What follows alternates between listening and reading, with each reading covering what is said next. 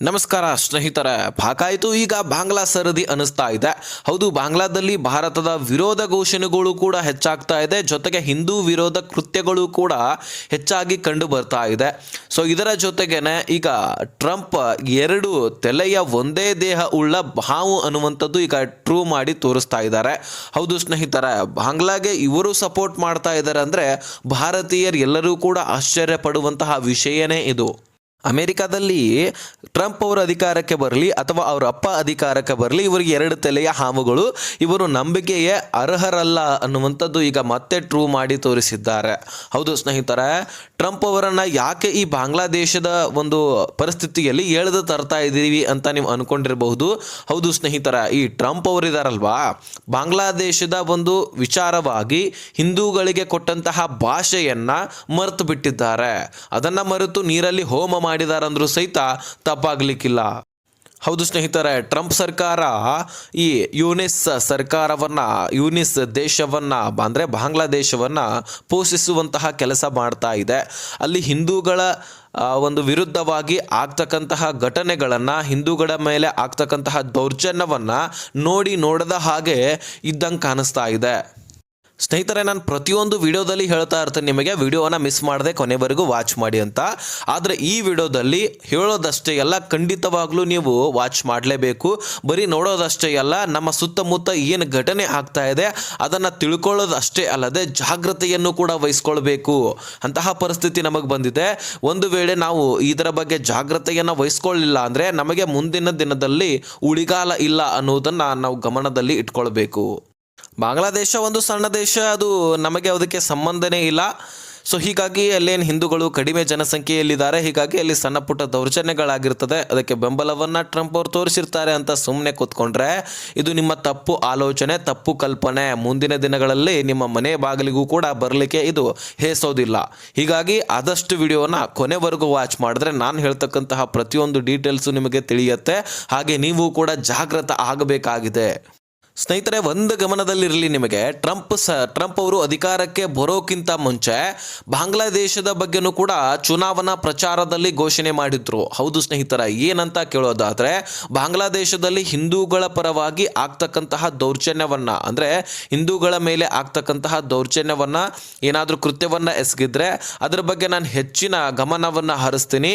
ನಾನು ಆಡಳಿತಕ್ಕೆ ಬಂದರೆ ಇದನ್ನು ತಡೆಯುವಂತಹ ಕೆಲಸ ಮಾಡ್ತೀನಿ. ನಾನು ಮೊದಲು ಮಾಡುವಂತಹ ಕೆಲಸನೇ ಅದೇ ಅಂತ ಚುನಾವಣಾ ಪ್ರಚಾರದಲ್ಲಿ ಹೇಳಿದ್ರು. ಅದಕ್ಕೂ ಏನು ಸಂಬಂಧ?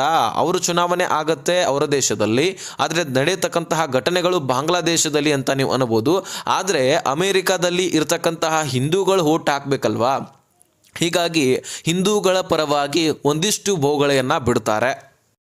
ಅಮೆರಿಕಾದ ಹಿಂದೂಗಳು ಬಹಳ ದೊಡ್ಡದಾಗಿಯೇ ಬೆಂಬಲವನ್ನು ಕೊಟ್ಟಿದ್ರು. ಅದಷ್ಟೇ ಅಲ್ಲದೆ ನಮ್ಮ ಇಂಡಿಯಾದ ಪ್ರಜೆಗಳು, ಅದರಲ್ಲಿ ಹಿಂದೂಗಳು ಟ್ರಂಪ್ ಅವರನ್ನ ನಂಬಿಬಿಟ್ಟಿದ್ವಿ.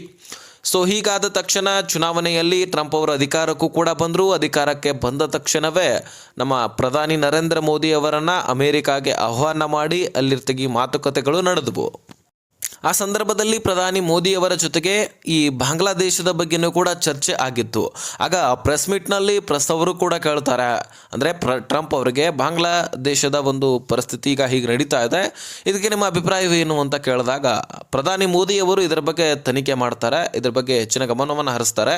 ಸೊ ನಾವು ಈ ಬಾಂಗ್ಲಾದೇಶದ ಒಂದು ವಿಚಾರದಲ್ಲಿ ತಲೆ ಹಾಕೋದಿಲ್ಲ ಅಂತ ಹೇಳಿದರು. ಸ್ನೇಹಿತರ, ಜೊತೆಗೆ ಟ್ರಂಪ್ ಅವರು ಹಾಗೂ ಬಾಂಗ್ಲಾದೇಶದ ಯೂನಿಸ್ ಸರ್ಕಾರ, ಸೊ ಯೂನಿಸ್ಗಾಗಿರಲಿ ಟ್ರಂಪ್ಗಾಗಿರಲಿ ಹಾಗೇ ಬರೋದಿಲ್ಲ. ಹೌದು, ಕಟ್ಟಾ ವಿರೋಧಿ ಈ ಯೂನಿಸ್ ಟ್ರಂಪ್ ಅವ್ರದ್ದು. ಸೊ ಹೀಗಾಗಿ ಬಹಳಷ್ಟು ಬಾರಿ ಇವರನ್ನು ಟ್ರಂಪ್ ಅವರನ್ನು ಟೀಕಿಸಿದ್ದಾನೆ. ಸೊ ಹೀಗಾಗಿ ಟ್ರಂಪ್ ಅವ್ರಿಗೂ ಕೂಡ ಯೂನಿಸ್ನ ಕಂಡ್ರೆ ಆಗೋದೇ ಇಲ್ಲ. ಹೀಗಾಗಿ ಇಡೀ ವಿಶ್ವವೇ ಅಂದ್ಕೊಂಡಿತ್ತು ಇವರ ಮಧ್ಯದಲ್ಲಿ ಮಾತುಕತೆ ಹೆಚ್ಚಾಗಿ ಆಗೋದಿಲ್ಲ, ಹೀಗಾಗಿ ಬಾಂಗ್ಲಾದೇಶಕ್ಕೆ ಟ್ರಂಪ್ ಸರ್ಕಾರ ಸಪೋರ್ಟ್ ಮಾಡೋದಿಲ್ಲ, ಪೋಷಣೆ ಮಾಡೋದಿಲ್ಲ ಅಂತ ಅಂದ್ಕೊಂಡಿತ್ತು. ಆದರೆ ಈಗ ಬಾಂಗ್ಲಾದೇಶದಲ್ಲಿ ಉಸ್ಮಾನ್ ಹಾದಿ ಎನ್ನುವಂತಹ ಒಬ್ಬ ಉಗ್ರ ಸತ್ತೋಗಿದ್ದಾನೆ. ಅವನಿಗೆ ಒಂದು ಉಗ್ರ ಅನ್ನೋದು ಬಿಟ್ಟರೆ ಬೇರೆ ಹಾದಿನೇ ಇಲ್ಲ. ಒಬ್ಬ ಕೂನಿ ಸತ್ತೋಗಿರುವಂತಹ ಕಾರಣಕ್ಕಾಗಿ ಇಷ್ಟೆಲ್ಲ ಘಟನೆ ನಡೆದೋಯ್ತು. ಈಗ ಟ್ರಂಪ್ ಸರ್ಕಾರ ಏನು ಮಾಡ್ತಾ ಇದೆ ಅಂದರೆ ಬಾಂಗ್ಲಾದೇಶದಲ್ಲಿರತಕ್ಕಂತಹ ಟ್ರಂಪ್ ರಾಯಭಾರಿ ಕಚೇರಿ ಅಂದರೆ ಅಮೆರಿಕಾದ ರಾಯಭಾರಿ ಕಚೇರಿ ಹೇಳುತ್ತೆ, ನಾವು ಈಗ ಬಾಂಗ್ಲಾದೇಶವು ಉಸ್ಮಾನ್ ಹಾದಿ ಎನ್ನುವಂತಹ ಒಬ್ಬ ಯುವ ನಾಯಕನನ್ನು ಕಳ್ಕೊಂಡಿದೆ, ಹೀಗಾಗಿ ಅವರ ಕುಟುಂಬಕ್ಕೆ ನಮ್ಮ ಸಂತಾಪ, ಇಡೀ ದೇಶವೇ ಈಗ ಯುವ ನಾಯಕನನ್ನು ಕಳ್ಕೊಂಡಿರ್ತಕ್ಕಂತಹ ಕಾರಣಕ್ಕಾಗಿ ನಾವು ಬಾಂಗ್ಲಾದೇಶದ ಪರವಾಗಿ ನಿಂತ್ಕೊಂಡಿದ್ದೀವಿ, ಈ ರೀತಿ ಒಂದು ಹೇಳಿಕೆಯನ್ನು ಕೊಡ್ತಾರೆ. ಟ್ರಂಪ್ ಸರ್ಕಾರ ಇಷ್ಟು ಸಣ್ಣ ವಿಚಾರಕ್ಕೆ ಇಷ್ಟೊಂದು ಹೇಳಿಕೆ ಕೊಡ್ತಾರೆ ಅಂದರೆ ನೀವು ವಿಚಾರ ಮಾಡಬೇಕು. ಬೇಕಾಗಿರುವಂಥದ್ದು ದೊಡ್ಡ ದೊಡ್ಡ ದೇಶಗಳಲ್ಲಿನೇ ದೊಡ್ಡ ದೊಡ್ಡ ವ್ಯಕ್ತಿ ಸತ್ತೋದಾಗ ಇಂತಹ ಒಂದು ವಿಷಯವನ್ನ ಸಂತಾಪ ಮಾಡೋದಿಲ್ಲ ಟ್ರಂಪ್ ಸರ್ಕಾರ, ನಮಗೂ ಅದಕ್ಕೂ ಸಂಬಂಧ ಇಲ್ಲ ಅಂತ ಹೇಳಿಬಿಡುತ್ತೆ. ಇಂತಹ ಸನ್ನಿವೇಶನದಲ್ಲಿ ಇದು ಈ ಸಣ್ಣ ಬಾಂಗ್ಲಾದೇಶವಾದಂಥದ್ದು ನಮ್ಮ ರಾಷ್ಟ್ರದ ವಿರೋಧ ಇರುವಂತಹ ರಾಷ್ಟ್ರಕ್ಕೆ ಬೆಂಬಲವನ್ನ ಕೊಡ್ತಾ ಇದೆ ಟ್ರಂಪ್ ಸರ್ಕಾರ. ಇವರು ಚುನಾವಣೆಯಲ್ಲಿ ಕೊಟ್ಟಂತಹ ಮಾತನ್ನ ಈಗ ನೀರಲ್ಲಿ ಹೋಮ ಮಾಡಿದ್ದಾರೆ. ನಾವು ಹಿಂದೂಗಳ ಪರವಾಗಿ ನಿಂತ್ಕೊಳ್ತೀವಿ, ನಾವು ಬಾಂಗ್ಲಾದೇಶದ ಹಿಂದೂಗಳನ್ನು ರಕ್ಷಣೆ ಮಾಡ್ತೀನಿ, ಇದೇ ನನ್ನ ಮೊದಲ ಕೆಲಸ ಅಂತ ಹೇಳಿದ್ರು. ಆ ಒಂದು ಮಾತನ್ನ ಈಗ ನೀರಲ್ಲಿ ಮುಳುಗಿಸಿ ಬಿಟ್ಟಿದ್ದಾರೆ. ಈ ಉಸ್ಮಾನ್ ಹಾದಿ ಇವನೇನು ದೊಡ್ಡ ವ್ಯಕ್ತಿ ಅಂತೂ ಅಲ್ವೇ ಅಲ್ಲ ಸ್ನೇಹಿತರೆ. ಇವನು ಉಸ್ಮಾನ್ ಹಾದಿ ಇದಾನಲ್ವ, ಈಗ ಶೇಖ್ ಹಸೀನಾ ಅವರನ್ನು ಕೆಳಗಿಳಿಸಬೇಕು ಅಂದರೆ ಇವರನ್ನು ಬಾಂಗ್ಲಾದೇಶದಿಂದನೇ ಕಿತ್ತೋಗಬೇಕು, ಬಾಂಗ್ಲಾದೇಶದ ಪ್ರಜೆಗಳನ್ನು ಬಡಕಾಯಿಸುವಂತಹ ಕೆಲಸ ಮಾಡ್ತಿದ್ದ, ಉಗ್ರಗಾಮಿ ಕೃತ್ಯಗಳನ್ನು ಮಾಡ್ತಾ ಇದ್ದ.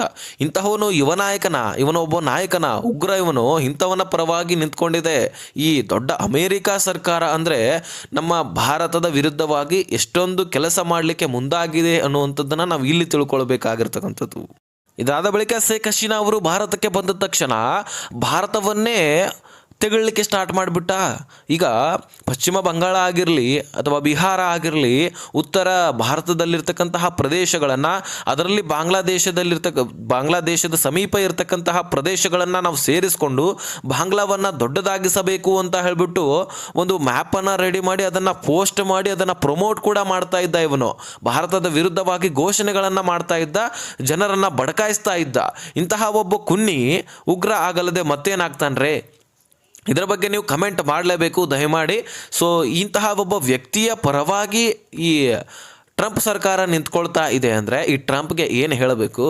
ಎರಡು ತಲೆಯ ಒಂದೇ ದೇಹವನ್ನು ಉಂಡಿರ್ತಕ್ಕಂತಹ ಈ ಒಬ್ಬ ವ್ಯಕ್ತಿ ಇಂತಹವನ ಒಂದು ಪರವಾಗಿ ನಿಂತ್ಕೊಳ್ತಾನಂದರೆ ಇಂಥವನಿಗೆ ಏನು ಹೇಳಿದ್ರೂ ಕಡಿಮೆ, ಬಾಯಲ್ಲಿ ಮಣ್ಣು ಹಾಕೋದಷ್ಟೇ ಬಾಕಿ ಸ್ನೇಹಿತರೆ. ಈ ಉಸ್ಮಾನ್ ಹಾದಿ ಇದಾನಲ್ವಾ, ಇವನೇನು ರಾಜಕೀಯವಾಗಿ ಯಾವುದೇ ಒಂದು ಅಧಿಕಾರವನ್ನು ಹೊಂದಿರಲಿಲ್ಲ, ಬರೀ ಬಡಕಾಯಿಸುವಂತಹ ಕೆಲಸ ಮಾತ್ರ ಮಾಡ್ತಾ ಇದ್ದ. ಇವನ ಪರವಾಗಿ ಟ್ರಂಪ್ ಸರ್ಕಾರ ನಿಂತ್ಕೊಂಡಿದೆ. ಈ ಕಡೆ ತೊಟ್ಟಿಲನ್ನು ತಗೋದು, ಮಗುವನ್ನು ಚೂಟುವಂತಹ ಕೆಲಸ ಪಾಕಿಸ್ತಾನದ ವಿಷಯದಲ್ಲಿ ಮಾಡ್ತಾ ಇತ್ತಲ್ವಾ, ಹಾಗೆ ಈಗ ಬಾಂಗ್ಲಾದೇಶದ ಪರವಾಗಿ ಕೂಡ ನಿಂತ್ಕೊಂಡು ಮಾಡ್ತಾ ಇದೆ ಟ್ರಂಪ್ ಸರ್ಕಾರ. ಇನ್ನು ಸ್ನೇಹಿತರೆ, ದೀಪು ಚಂದ್ರದಾಸ್ ಅನ್ನುವಂಥವರನ್ನು ಸಿಕ್ಕಾಪಟ್ಟೆ ಹೊಡೆದು ಹಾದಿ ಬೀದಿಗಳಲ್ಲಿ ಎಳೆದಾಡಿ ಬತ್ತಲೆ ಮಾಡಿ ಅರ್ಧ ಜೀವ ಇರುವಾಗಲೇ ಜೀವಂತ ಸುಟ್ಟಾಕ್ತಾರೆ, ಮರಕ್ಕೆ ನೇತಾಕಿ. ಇಂತಹ ಕೃತ್ಯವನ್ನು ಎಸಗಿರ್ತಕ್ಕಂತಹ ಜನರು ಅಂತಹ ಒಂದು ದೇಶದಲ್ಲಿ ಇದ್ದಾರೆ. ಈ ದೇಶಕ್ಕೆ ನಾಚಿಕೆನೇ ಇಲ್ಲ ಅನ್ನಿಸ್ಬಿಡುತ್ತೆ. ಯಾಕಂದರೆ ಈಗ ನಮ್ಮ ದೇಶದಲ್ಲಿ ನಾವು ಪ್ರಜೆಗಳು ತಿಳ್ಕೊಳ್ಬೇಕಾಗಿರ್ತಕ್ಕಂಥದ್ದು ಏನು, ನಾವು ಜಾಗೃತಿಯನ್ನು ಆಗಬೇಕಾಗಿರ್ತಕ್ಕಂಥದ್ದು ಏನು ಅನ್ನೋಂಥದ್ದಾದರೆ, ದೀಪು ಚಂದ್ರದಾಸ್ ಅವರ ಜಾತಿಯನ್ನು ನೋಡಿಲ್ಲ ಅವರು. ನೀನೊಬ್ಬ ಲಿಂಗಾಯತನ ಅಥವಾ ಬ್ರಾಹ್ಮಣನ ಅಥವಾ ದಲಿತನ, ಈ ರೀತಿ ಯಾವ ಕ್ವಶನನ್ನು ಕೂಡ ಮಾಡಿಲ್ಲ. ಕೇವಲ ಒಬ್ಬ ಹಿಂದೂ ಅನ್ನುವಂತಹ ಕಾರಣಕ್ಕಾಗಿ ಅವನ ಸುಟ್ಟು ಹಾಕಲಾಗಿದೆ. ಅದು ಬರ್ಬರವಾಗಿ ಸುಟ್ಟು ಹಾಕಲಾಗಿದೆ. ಸುಟ್ಟು ಹಾಕುವಂತಹ ಕ್ಷಣದಲ್ಲಿ ಕೂಡ ಕಟ್ಟಿಗೆಗಳಿಂದ ಹೊಡಿತಾ ಇದ್ರು. ಆ ಕೃತ್ಯವನ್ನು ನೋಡಿದ್ರೆ ನಿಮ್ಮ ಮನಸ್ಸು ಚುರ್ರನ್ನತ್ತೆ. ಆ ಘಟನೆಯನ್ನು ನೀವು ಆಲ್ರೆಡಿ ನೋಡಿರಬಹುದು, ವಾಚ್ ಮಾಡಿರಬಹುದು. ಯಾಕಂದರೆ ಸೋಷಿಯಲ್ ಮೀಡಿಯಾಗಳಲ್ಲಿ ಬಹಳಷ್ಟು ವೈರಲ್ ಆಗ್ತಾ ಇತ್ತದು. ನಮ್ಮ ದೇಶದಲ್ಲಿ ದಲಿತರ ಪರವಾಗಿ ಇದ್ದೇವೆ ಅಂತ ಹೇಳ್ತಕ್ಕಂತಹ ಅಧಿಕಾರಿಗಳು ಅಥವಾ ನಾಯಕರು ಇದರ ಪರವಾಗಿ ಯಾರೂ ಕೂಡ ಧ್ವನಿ ಎತ್ತುತ್ತಾ ಇಲ್ಲ. ಅದರಲ್ಲಿ ವಿರೋಧ ಪಕ್ಷದ ನಾಯಕರು ದೊಡ್ಡ ದೊಡ್ಡ ಮಾತನ್ನು ಹೇಳ್ತಾ ಇದ್ರು, ಸಂವಿಧಾನವನ್ನು ಕೈಯಲ್ಲಿ ಹಿಡಿತಾ ಇದ್ರು, ಆದರೆ ಅದನ್ನ ಬಗ್ಗೆ ತಿಳ್ಕೊಳ್ಳುವಂತಹ ಕೆಲಸ ಮಾಡ್ತಾ ಇರಲಿಲ್ಲ. ಆದರೆ ಈ ದೀಪು ಚಂದ್ರದಾಸ್ ಒಬ್ಬ ದಲಿತರ ಪರವಾಗಿ ಯಾರೂ ಕೂಡ ಧ್ವನಿ ಎತ್ತಾ ಇಲ್ಲ. ಆದರೆ ನಾವು ಎತ್ತೋಣ, ನಮ್ಮಲ್ಲಿ ಎಷ್ಟು ಪ್ರಯತ್ನವಾಗ್ತದೆ ಅಷ್ಟು ನಾವು ಜಾಗೃತೆಗೊಳಿಸಲಿಕ್ಕೆ ಪ್ರಯತ್ನ ಮಾಡೋಣ. ನಿಮ್ಮ ಒಂದು ಶೇರ್ನಿಂದ ಇದು ಪ್ರಯತ್ನ ಆಗತ್ತೆ, ಪ್ರಯತ್ನ ಸಾಧ್ಯವಾಗುತ್ತೆ. ನಾವಂತರೂ ಬುದ್ಧಿ ಕಲಿಯೋದಿಲ್ಲ ಬಿಡಿ ಸ್ನೇಹಿತರೆ. ಯಾಕಂದರೆ ಮನೆ ಬಾಗಿಲಿಗೆ ಬಂದು ಮುಟ್ಟುವ ತನಕ ನಮಗೆ ಬುದ್ಧಿ ಬರೋದಿಲ್ಲ. ಯಾವಾಗ ನಮ್ಮ ಬುಡಕ್ಕೆ ಬೆಂಕಿ ಹತ್ತುತ್ತೋ ಆವಾಗ ಮಾತ್ರ ನಾವು ಬುದ್ಧಿ ಕಲೀಲಿಕ್ಕೆ ಸಾಧ್ಯ. ಈಗ ಬಾಂಗ್ಲಾದೇಶದಲ್ಲಿ 7% ಇರ್ತಕ್ಕಂತಹ ಹಿಂದೂಗಳು ಇನ್ನು 10 ವರ್ಷದಲ್ಲಿ ಅದು ಕೂಡ ಮುಗಿದು ಹೋಗುತ್ತೆ. ಕೇವಲ 1% ಕೂಡ ಹುಡುಕಾಡಿದ್ರೂ ಹಿಂದೂಗಳು ಸಿಗೋದಿಲ್ಲ. ಸೊ ಇದರ ಪರವಾಗಿ ಮೋದಿ ಅವರು ಏನಾದರೂ ಮಾಡೇ ಮಾಡ್ತಾರೆ, ಇದು ನಂಬಿಕೆ ನಮಗೆ ಮಾತ್ರ ಇರುತ್ತೆ. ಸೊ ಹೀಗಾಗಿ ಈಗ ಟ್ರಂಪ್ ಅವರು ಕೂಡ ಬೆಂಬಲ ಕೊಟ್ಟಿರ್ತಕ್ಕಂತಹ ಕಾರಣಕ್ಕಾಗಿ ಒಂದು ಸ್ವಲ್ಪ ಹೆಚ್ಚು ದಿನಗಳು ಕಡಿಮೆ ಆಗಬಹುದು. ಆದರೆ ಏನಾದರೂ ಇದಕ್ಕೆ ಕ್ರಮ ಕೈಗೊಳ್ಳಲೇಬೇಕು. ಇದರ ಬಗ್ಗೆ ಪ್ರಿಯಾಂಕಾ ವಾರ್ತಾ ಅವರು ಕೂಡ ಈಗ ಒಂದು ಸೌದಗಳಲ್ಲಿ ಮಾತನಾಡಿದ್ದಾರೆ. ಸೊ ನೋಡೋಣ ಮುಂದಿನ ದಿನಗಳಲ್ಲಿ ಏನೇನು ಬದಲಾವಣೆ ಆಗುತ್ತೆ. ಇದು ಹಿಂದೂ ಅನ್ನುವಂತಹ ಕಾರಣಕ್ಕಾಗಿ ಸುಟ್ಟಾಕಿದ್ರ, ಇನ್ನು ಕೆಲವೊಂದಷ್ಟು ದಿನಗಳ ಕಾಲ ನಂತರ ಮತ್ತೆ ಇಂತಹ ಘಟನೆಗಳು ನಡೀಬೋದು, ಅದರಲ್ಲಿ ಏನು ಆಶ್ಚರ್ಯ ಇಲ್ಲ. ಆದರೆ ಇದರ ಪರವಾಗಿ ಏನಾದರೂ ಒಂದು ಭಾರತ ಸರ್ಕಾರ ಕೈಗೊಳ್ಳಲೇಬೇಕು ಕ್ರಮವನ್ನು. ಇನ್ನು ಬಾಂಗ್ಲಾದೇಶದಲ್ಲಿರ್ತಕ್ಕಂತಹ ಹಿಂದೂಗಳನ್ನು ಭಾರತಕ್ಕೆ ಕರೆಸಿಕೊಳ್ಳುವಂತಹ ಕೆಲಸ ಕೂಡ ಮಾಡಬಹುದು. ಆದಷ್ಟು ಬೇಗ ಇದನ್ನು ಮಾಡಬೇಕಾಗಿದೆ. ಒಟ್ಟಾರೆಯಾಗಿ ಇದಕ್ಕೇನಾದರೂ ಪರಿಹಾರವೊಂದು ಕೊಡಬೇಕಾಗಿದೆ. ಇನ್ನು ನಿಮಗೆ ನಾನು ಲೇಟಾಗಿ ಮಾಹಿತಿಯನ್ನು ತಿಳಿಸಿರಬಹುದು, ಆದರೆ ಮಾಹಿತಿ ಇಂಪಾರ್ಟೆಂಟ್ ಆಗಿತ್ತು, ತಿಳಿಸಲೇಬೇಕಾಗಿರುತ್ತು. ಸೊ ನಾನು ಕೂಡ ಒಂದು ಸ್ವಲ್ಪ ಬ್ಯುಸಿ ಇದ್ದೆ, ಹಾಗಾಗಿ ತಿಳಿಸ್ಕೊಡ್ಲಿಕ್ಕೆ ಡಿಲೇ ಆಗಿದೆ. ಆದರೆ ನಿಮ್ಮ ಕಮೆಂಟ್ ಡಿಲೇ ಆಗಬಾರ್ದು. ಇದರ ಪರವಾಗಿ ಏನಿದೆ ಮಾಹಿತಿ ಅನ್ನುವಂಥದ್ದನ್ನು ಕಮೆಂಟ್ ಮಾಡಿ ತಿಳಿಸೋದನ್ನು ಮರಿಬೇಡಿ.